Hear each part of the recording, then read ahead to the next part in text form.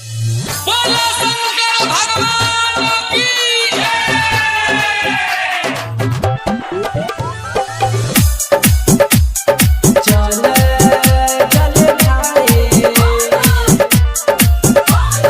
चढ़ले सावन एले पावन महीना, एको दिन रहल जेते चीलम के दीना।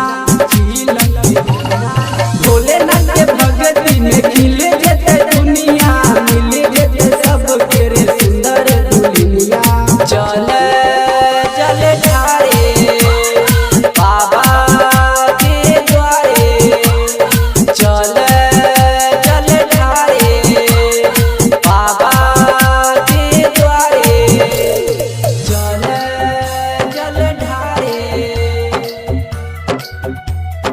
चले चले music by DJ Umesh, Shukripur बाजार।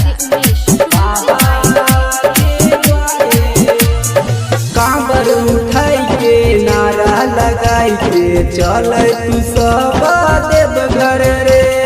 भोलेनाथ के कृपा से मिल दो सबके लहर रे, मिल दो सबके। कांवर उठाई के नारा लगाई के चले तू सब देवघर रे। भोलेनाथ के कृपा से मिल दो सबके लहर रे। मस्ती में हम मस्त रहबे सब गाजा पी के, कमर हिलाबे बजाबे देबे डीजे। मस्ती में हम मस्त रहबे सब गाजा पी के, कमर हिलाबे बजाबे देबे डीजे।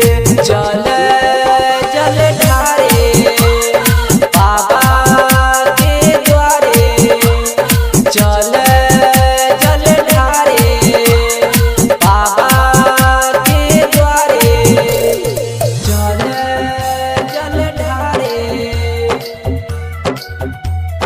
चले चले music by DJ Umesh, Shukripur बाजार।